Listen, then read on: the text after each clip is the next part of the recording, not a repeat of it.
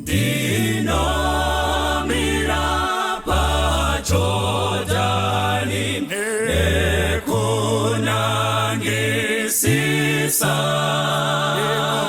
kunyika yeKenani uko kunemusha tichazorora kunyika iyokulenga uwashoma tichazorora ikweyo toimba riyo rwa Mozisi na Jesu tichazogara kumakomo akanaka uriko kupenya uko Kristu anotonga akuchina dima tichazorora kunyika iyokulenga uwashoma tichazorora ikweyo toimba riyo rwa Mozisi na Jesu tichazogara ndichashika koriniko nekukomborerwa nekuwana Baba wangu na iye kugara tichazorora kunyika iyokulenga uwashoma tichazorora ikweyo toimba riyo rwa Mozisi na Jesu tichazogara moyo wangu wafarira unoda kuyenda chichiro chouya ndashinga kufamba tichazorora kunyika iyokulenga uwashoma tichazorora ikweyo toimba riyo rwa Mozisi na Jesu tichazogara tichazorora kunyika iyokulenga uwashoma tichazorora ikweyo toimba riyo rwa Mozisi na Jesu tichazogara.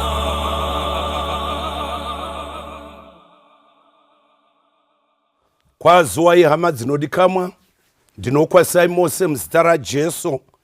Tiri pashoko raMwari, vari kuteerera vari mudzimba, vari muZimbabwe, vanoteerera vari kuAustralia, vanoteerera vari kuZambia, vari kuUSA, pasi rose tenderere. Shoko nderedu tose. Nhasi tiri kupinda musoro wenyaya unoti iwo zvinobvira kufamba naMwari, zvinobvira kufamba naMwari. Makorokoto negoredzva ratapinzwa mariri, iwe une zvaunoziva zvakaitika mukati megore rakapfuura, une zvaunoziva zvakaitika mumakore akadarika. Asi makorokoto tiri mugoredzva, munyika ino yakaipa zvakadai, pane zvakafamba zvakanaka, pane zvisina kufamba zvakanaka. Asi musoro wedu wenyaya unoti iwe famba naMwari. Munyika inohlisa kugara, munyika ine mhepo dzemweya yetsvina, iwe famba naMwari. tinogona kufamba naMwari. Hama dzinodikamwa, anototikoka tose kuti tifambe naye munyika yakaipa zvakadai, ina vanhu vanoti kana vachigwa vanofunga kuurayana, ina vanhu vanoti kana vachirarama vanofungira vanhu zvakaipa.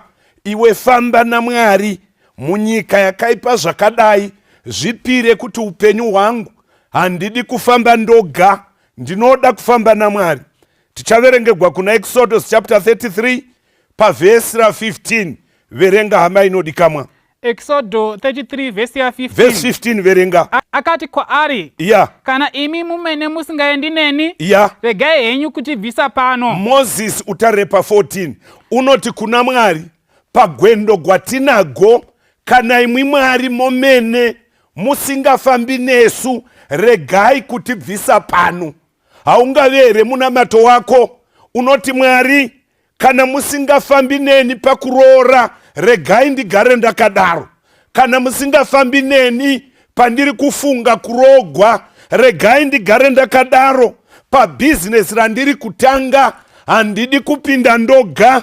Pakudzidza kwandiri kuita, handidi kupinda ndoga, ndoda kufamba nemwi. Verse ra 14 rinoti. Verse ya 14. Tega. Jehovha akati, ini ndimene ndichaenda newe, ndikupe zororo. Inda kunemwe. Bhaibheri rinotiro Moses apika achiti Mwari handingafambi ndoga.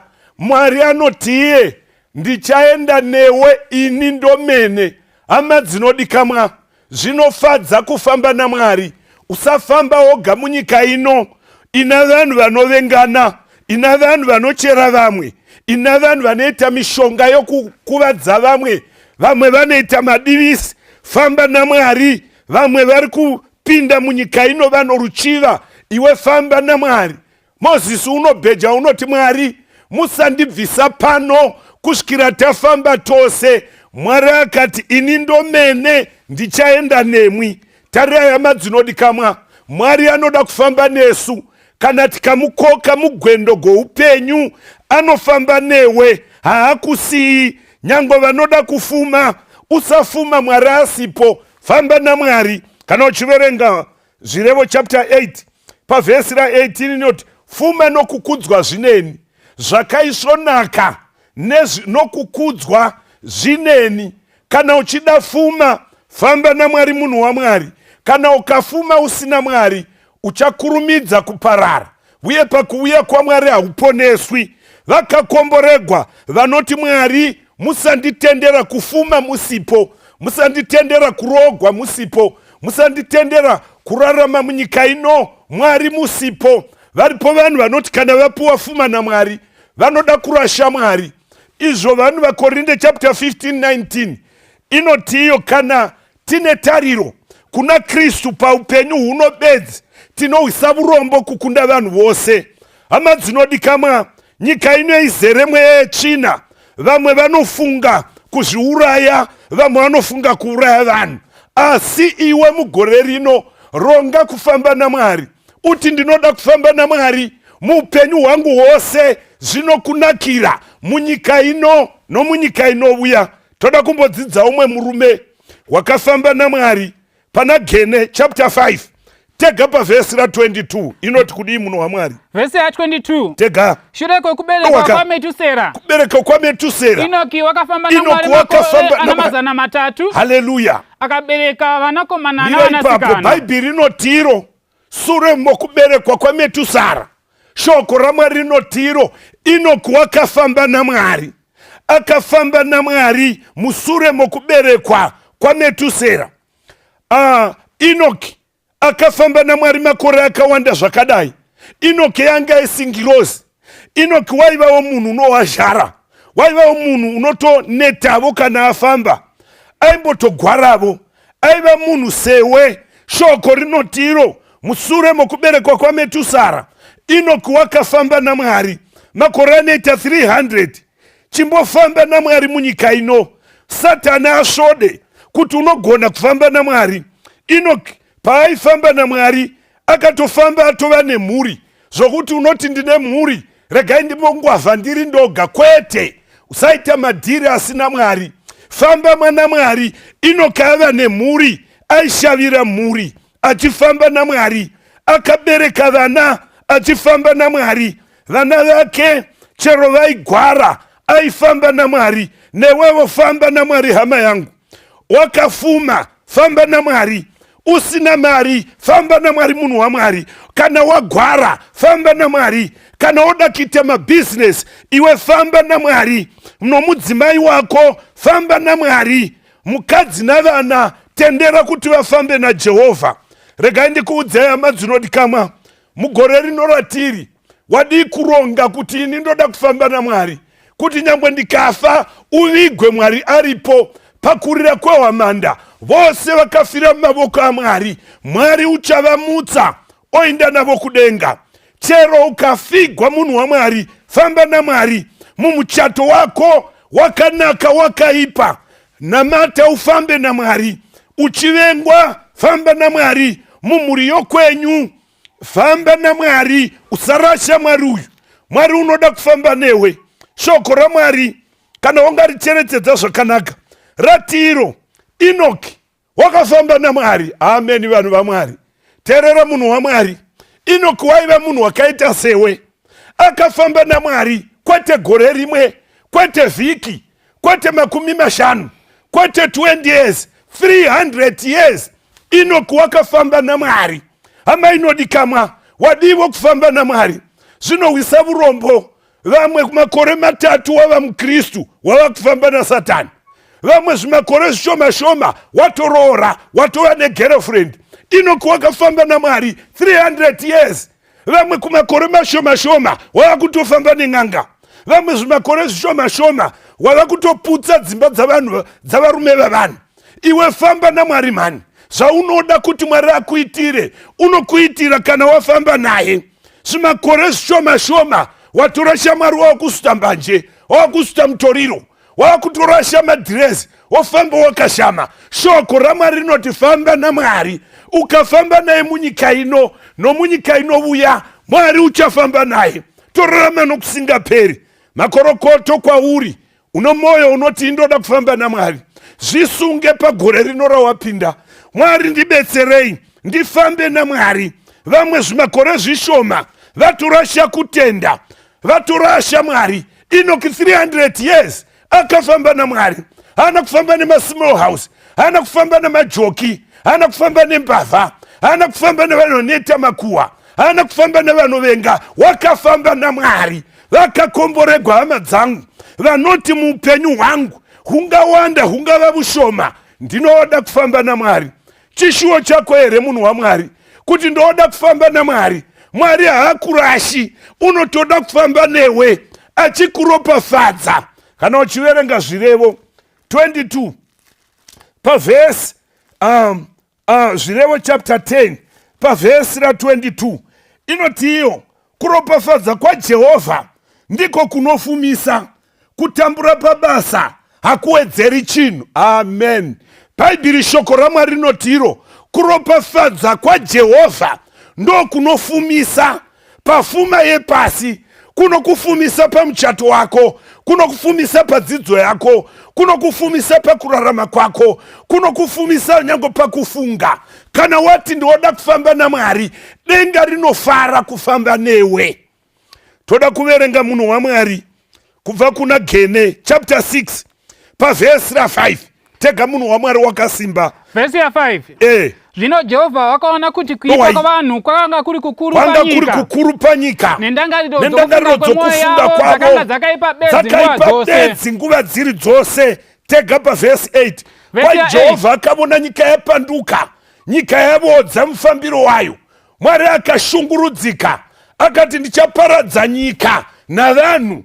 Ndinozvidemba ndakaparadza, ndakasika vanhu, havachadi kufamba neni. Pfungwa dzavo dzavora, vanofunga kukuvadzana, vanofunga kutorerana vakadzi, vanofunga kunyudzana, vanofungirana kuchererana makomba. Rega ndikuudze munhu waMwari, nyangwe wagara munyika yavodza mufambiro wayo, iwe famba naMwari. Tega pavhesi ra8 na9 inoti. Vhesi ya 8. Yes, asi Noa akawana tsitsi pamberi paJehovha. Amen. Vhesi ya 9. Vhesi 9. Marudzi aNoa ndiwo Noa wakanga ari munhu wakarurama, asina mhosva mumarudzi ake. Noa wakafamba naMwari. Yatopera. Bhaibheri rinoti iro Noa akawana nyasha pamberi paMwari munguva apo nyika yavo dzamafambiro ayo. Vanasikana vomitiswa vari kuzvikoro votoziva varume.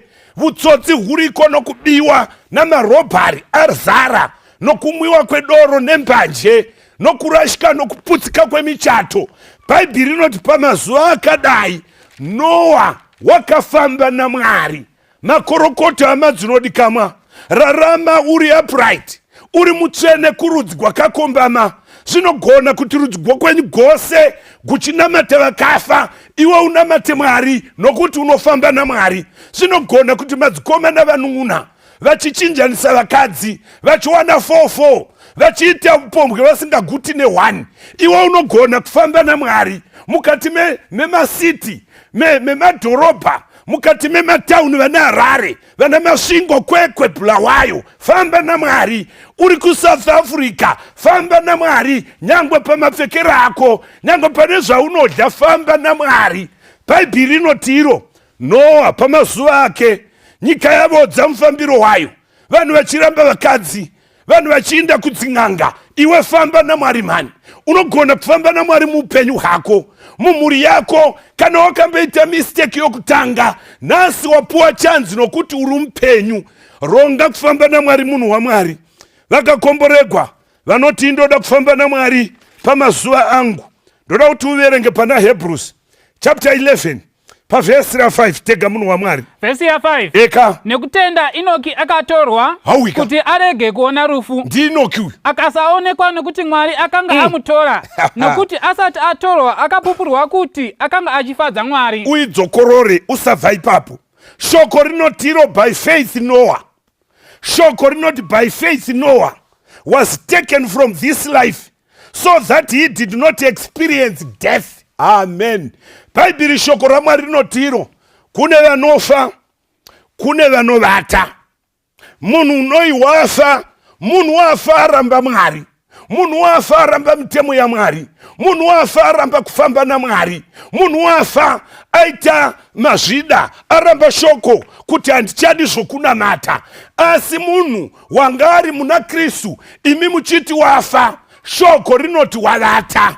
Vakakomboregwa hama dzangu vanoti isu toda kufamba naMwari. Shoko rinoti nokutenda Inoki wakafamba naMwari. Mwari akamutora akasazovonekwa akanyangarika. Genesis chapter 5 verse 24 inototi iyo Inoki wakafamba naMwari akasazovonekwa, haana kuzovapo. Regai ndikuudza mamudikani, kana ukafamba naMwari unonyangarika munyika ino yechitema urimo, unonyangarika kumabhawa. Vaimwa newe havachakuoni, Mwari wakutora. Ndati kana ukafamba naMwari vaiva newe muchipaza dzimba havazokuoni, uchanyangariswa naMwari nokuti wava kufamba naMwari. Ndati kana ukafamba naMwari vawaitorera varume vavanhu unavo, shamwari dzako dzaipfeka dzakaisa zvidzwa pashe, unotogwa naMwari, unonyangarika. Hauzofambi navo nokuti wane shamwari itsva inoi Jesu Kristu. Ndati vaita makuhwa newe. Kana wafamba naJesu unonyangarika, hauzoipa chikwata chokureva vanhu. Jesu unokunyangarisa, wava kufamba naMwari. Ndati kana vaifamba newe pakuvenga, vaifamba newe pahasha, uchanyangarika. Kana vaikuziva une chisimo house chako chinosemesa, uchanyangarika. Uchaenda kudzin'anga dzake navaprofita, haudzoki. Chikonzero Mwari uchakunyangarisa, uchadzokera kumukadzi wako nokuti ramangwana unorida. Ndati kana wafamba naMwari unonyangarika pazvivi zvose zvemishonga, unonyangarika panharo, unonyangarika pakunamata vakafa, nokuti Mwari uchakutora. Munenge mufamba zhira imwe naMwari, moimba guyo gweZioni, guyo gweJerusarema, wakatarira kuonekwa kwaJesu. Vakakomboregwa hama dzangu vanobheja kuti mugore rino nerinotevera kusvika hwamandayarira, ini ndoda kufamba naMwari. Famba naMwari, munhu waMwari. Nyika ino inouraya, inouraya nezvigwere, inouraya nemaaccident, inouraya nenzira dzakawanda. Ronga kufamba naMwari, munhu waMwari. Vakakomboregwa vanoti ndoda kufamba naMwari bhaibheri ratiro ndoda kuti muteerere pana Hebrew chapter 11 verse 5 paB pacho iverenge yose. Ndoda kuti utsetsenure. Inoti nokutenda Enoki akatogwa kuti arege kuona rufu akasaonekwa nokuti Mwari akanga amutora nokuti asati atorwa akapupurirwa kuti akanga achifadza Mwari. Nokuti Mwari asati amutora wakanga apupurirwa kuti unofadza Mwari. Haleluya. Mwari asati akutora usati waenda kudenga, pupurirwa kuti unofadza Mwari. Ariko amwe mapenzi anofadza vamwe. Unofadza hama dzako nokurova mukadzi, unofadza hama dzako nokubhonga nokushungurudza mhuri yako, unoda kufadza hama dzako nokuzvidza munhu usingaiti uchisvuta mbanje kusvika chiropa chakuvara. Hama inodikamwa pakunamata kwako, fadza Mwari. Safadza profeti, safadza mufundisi, fadza Mwari wokudenga. Chii chinoi kufamba naMwari? Regai timboti kwatumbichana. Kufamba naMwari kuita sei? 1 Madzimambo chapter 3 tega mukomana verse 14. Kana ukada kufamba nenzira dzangu ndi Mwari ari kutaura kuna David. Nokuchengeta mitemo yangu nemirayiro yangu sezvawakafamba baba vako David. Ndichawanza mazuva ako. Haleluya vanhu vaMwari. Shoko raMwari rinosipa. Kukaina Jehovha pachake mbune. Kana ukada kufamba naMwari, ukafamba nemitemo yangu, kufamba naMwari, ukateerera zvandakatema nezvandakatonga, wava kufamba naMwari, kwai ndichawedzera mazuva okurarama. Waziva here kuti kufamba naMwari kuchengeta mitemo yaMwari yaakatema nokutonga, nokuti chinotoi chivi naMwari. 1 John chapter 3 uko pavhesi 4 inoti mumwe nomumwe unoita zvivi unodarika nomurayirovo. Zvivi ndiko kudarika murayiro. Hama yangu inodikamwa, kana wabvuma mitemo yaMwari, wava kufamba naMwari, ukatenda zvakatongwa nezvakatemwa naMwari, wava kufamba naMwari. Vakakomboregwa vanoti Mwari, muupenyu hwangu ufupi ndoda kufamba naMwari, nerimwe zuva ramunovuya ndoda kuinda kudenga. Mapsarema 119 pavhesi 33 wouruka 35 inoti verse 33 tega ndidzidzisei Jehovha nzira yemitemo yenyu ndigoichengeta kusvikira pakuguma. David unotokumbira kuna Mwari, handiye uya wanziye. Kana ukatodza baba vako David waifamba nemitemo yaMwari. Kukaindidzisei nzira yemitemo yenyu ndichaifamba nayo kusvika kumagumo. Yabuda pachena hama dzangu kuti kufamba naMwari kuchengeta mitemo yake, kufamba naMwari kuteerera inzwi raMwari, kufamba naMwari kurarama zvakarebwa neshoko, kurarama zvakarebwa naMwari. Verse 35 tega munhu waMwari. Verse 35. Yes. Ndifambisei munzira yemirayiro yenyu nekuti ndinoifarira kwazvo. Mwari ngavongwe nevhangeri. Vakakomboregwa vanoti Mwari, mumazuva andiri kurarama ndifambisei muzhira ine mitemo yenyu, ipapo ndichafarira Jehovha. Hama dzangu dzinodikamwa, usangofamba kuti kose kufamba hazvina kudaro. Kunoi kufamba naMwari unotovona mitemo yakakwana, ukavona umwe mutemo usipo. Inda kuna James 2:10 inoti mumwe nomumwe unochengeta mitemo yangu akavhuna umwe chete wavhuna yose. Saka zhira yekufamba naMwari kutenda kutotaliza, kuchengeta yose. Ende kana Mwari ava mauri, ndiye unokubetsera kuchengeta mutemo. Hauzobi, hauchivi vakadzi vavanhu, haufambi uchichevukira vakadzi, unochevukira wako chete. Vakakomboregwa vanoda kufamba naMwari panzira dzavo dzose. Unoda here kufamba naMwari munhu waMwari? Ndinovimba kuti unoda. Kana uchida kufamba naMwari, namata kuna Mwari, ndipei simba ndifambe nemwi. Zvose zvandambofamba nazvo hazviponesi. Ukafamba nedzidzo isina Mwari uchaita mudzidzi uri foolish, nokuti warasha Mwari. Ndati ukaita fuma usina Mwari uchava mufumi benzi risingazi kuti kudenga kuna Mwari. Unogona kufuridza akafuma kusina. Hama dzangu dzinodikamwa, wadi kufamba naMwari munyika yakaoma zvakadai, tenda kufamba naMwari mani. Amos chapter 3 inzwa mashoko makuru Pavhesi ra3 tega munhu waMwari. Vhesi ya 3. Yes. Ko vaviri vangafamba pamwe chete vasina kumbotenderana here? Mawa mubvunzo watiwo, ko vaviri vangafamba zhira imwe chete vasina kutenderana here? Kwete. Saka kana uchida kufamba naMwari, tenderana naMwari pane zvinodliwa nezvisingadliwi. Tenderana naMwari. Zvokupfeka, tenderana naMwari kuti hauzopfeki uchiadvertisa muviri wako namazama ako. Ndatitenderana naMwari pane zvinomwiwa. Mubvunzo wabvunzwa, vaviri vangafamba zhira imwe chete here vasina kutenderana?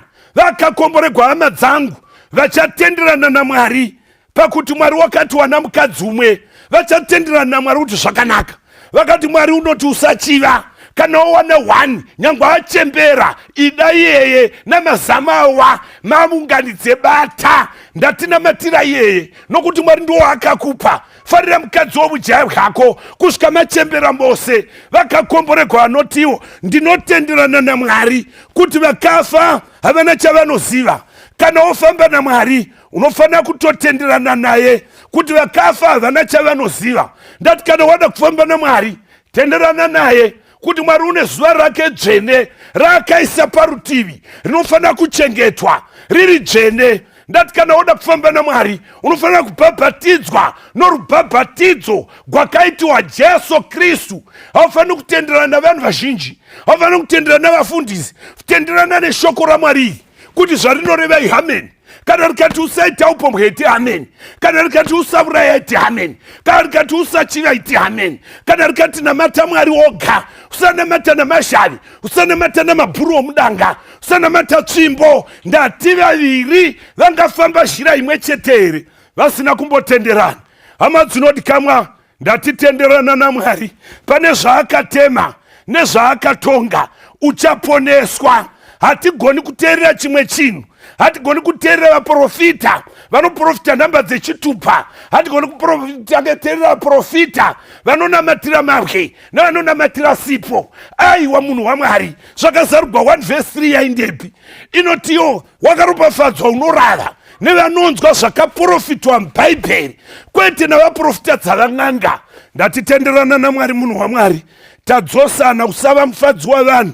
Kwa Enoki wakatogwa nokuti waifadza Mwari.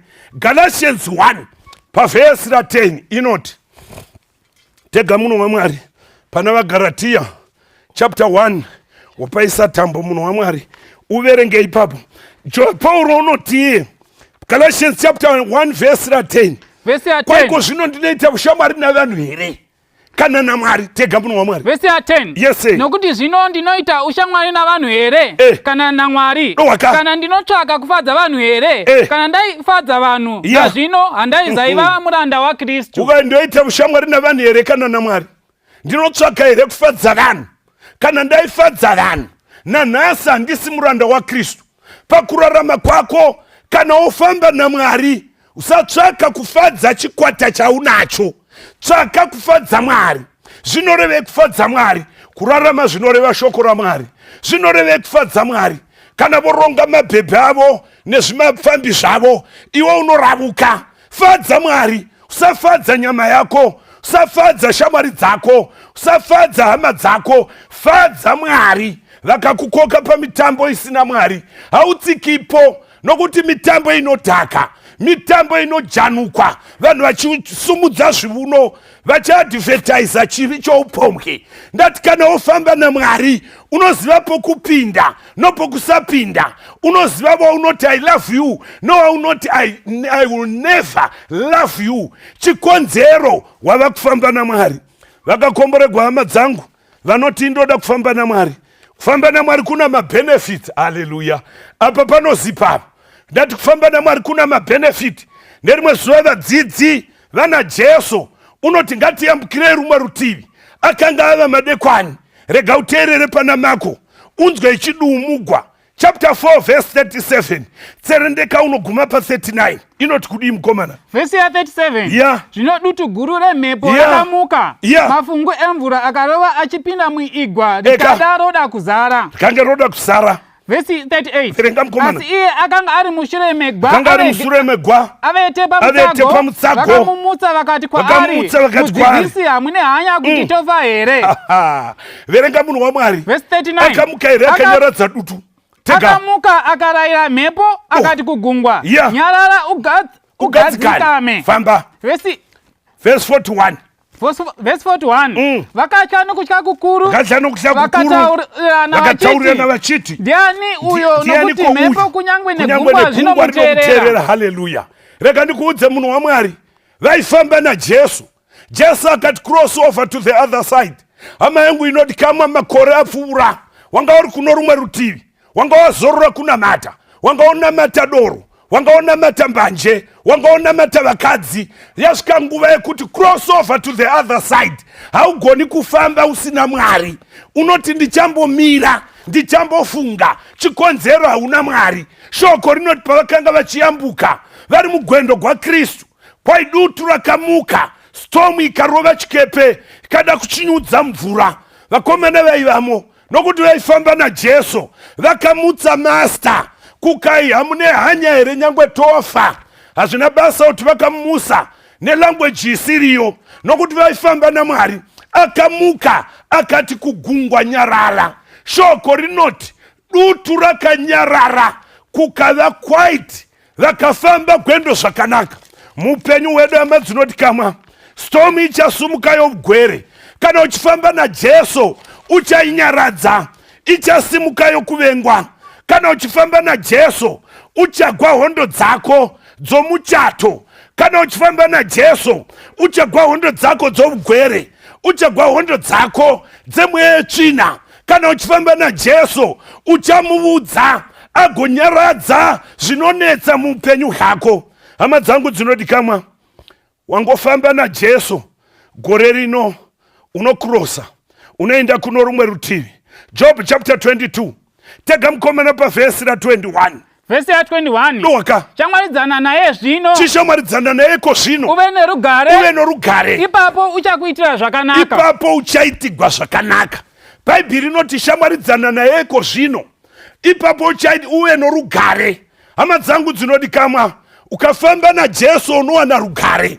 Rugare haguwanikwi pang'anga. Famba naMwari. Rugare haguwanikwi pamuprofita. Famba naMwari uchaitigwa zvakanaka. Rugare haguwanikwi pakufera. Famba naMwari. Ndati rugare haguwanikwi mudoro. Haruwanikwi mumaposition. Kunowanikwa kana ukafamba naMwari.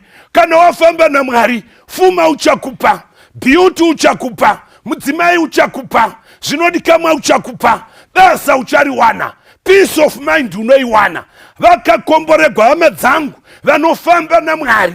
Vasingafambi naMwari, zvinhu zvikaoma, anofunga kumwa mushonga kuti afe, anofunga kuzvikanda munjanji, anofunga kuzvisvudha nyangwe nepfuti. Chikonzero hausi kufamba naMwari. Mweya tsvina inoita part, kiita field day muupenyu hwako. Hama yangu inodikamwa, ndinokukoka usafamba woga. Usafamba uchifara nokuti une mari. Usafamba uchifara nokuti wawana bonus. Usafamba uchifara nokuti wadikamwa nejoki. Usafamba uchifara nokuti uvete muimba yeSmell House. Ndatifamba naMwari munyika ino zvikunakire. Shoko rati famwaridzana naye zvino uve norugare. Ipapo uchaitigwa zvakanaka. Rugare kunowanikwa muna Mwari haguwanikwi musex, haguwanikwi muhouses and land. Kunowanikwa muna Jesu Kristu. Vakakomboregwa vachafamba naMwari munyika ino vachazipigwa, vagofamba naMwari, vagopiwa zvinodikamwa nemoyo. Ronga kufamba naMwari hama yangu. Ndoro tiverenge Mika chapter 4 pa verse ra 5 inoti. Verse ya 5. Nokuti marudzi ose avanhu anofamba mumwe nomumwe nezita raMwari wavo, asi isu tichafamba nezita raJehovha Mwari wedu nokusingaperi-peri. Amen. Bhaibheri rinoti munyika inoi ndoda kuudza kuti marudzi aripo. Umwe nomwe unofamba naMwari wake. Vamwe vanofamba neMwari wenyika ino wokuromba. Vamwe vanofamba naMwari wenyika ino wovupombwe. Vamwe vanofamba naMwari wenyika ino wokuda varume nokuputsa dzimba dzavanhu. Vamwe vanofamba naMwari wenyika ino okuda fuma enyika ino asi isu haleluya tichafamba na Jehova Mwari wedu nokusingaperi. Vakakomboregwa vanoziva kuti nyika ino haigari nokusingaperi. Upenya hugari hwakadaro, ujaya hugari hwakadaro, umai nobujoka hugari zvakadaro. Nyika ino ichapfuura, vachazomutswa naMwari voenda kudenga. Ndavanhu vakafamba naMwari munyika ino. Manguva ino hama inoti kamwa kana zvose zvingakukuta iti ndoda kufamba naMwari.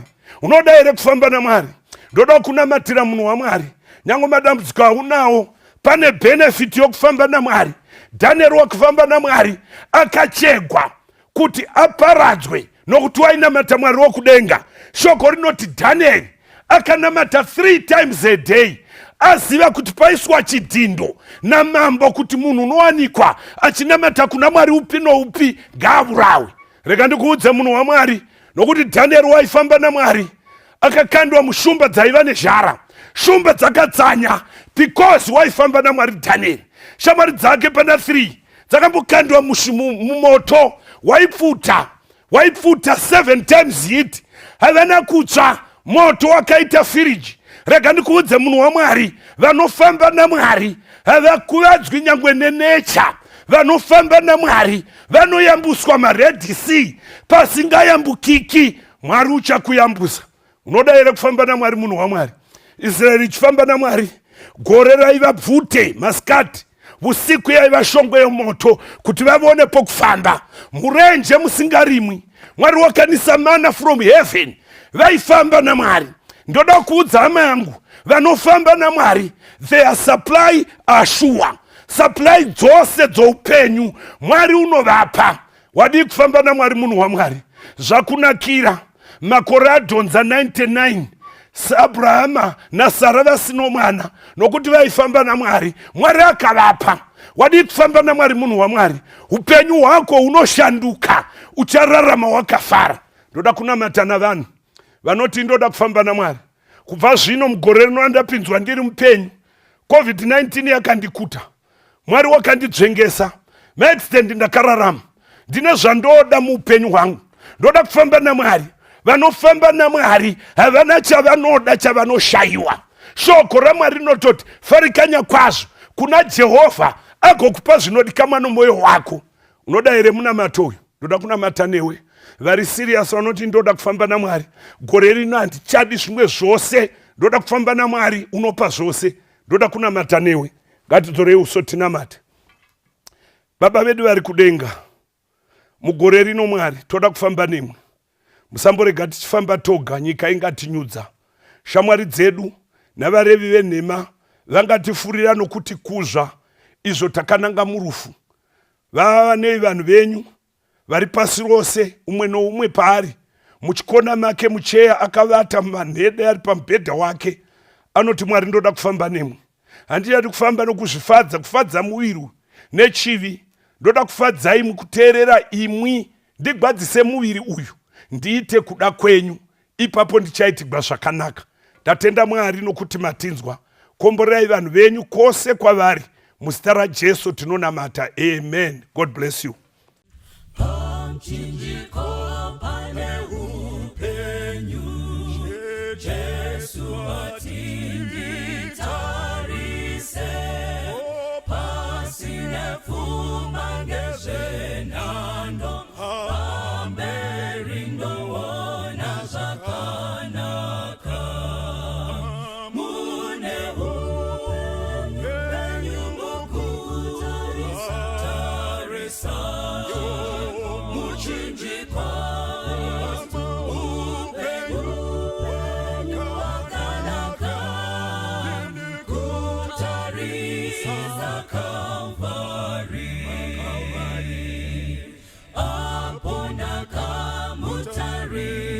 Jesu, niye akanyemwerera kuti awamu matambudzo muchinjiko unondisimbisa mune upenyu venyu mukutarisa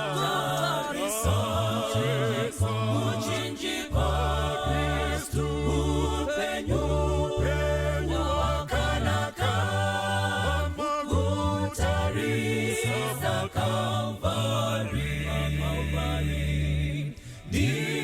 wazotarisa mchinjiko, ndosimira muchinjiko, hakuna anozoputika, anosimira simbaredenga. Mune upenyu mukutarisa muchinjiko, upenyu wakanaka, kutarisa Kalvari. Mune upenyu mukutarisa muchinjiko, upenyu wakanaka, kutarisa Kalvari. Upenyu wakanaka, kutarisa Kalvari. Upenyu wakanaka, kutarisa Kalvari.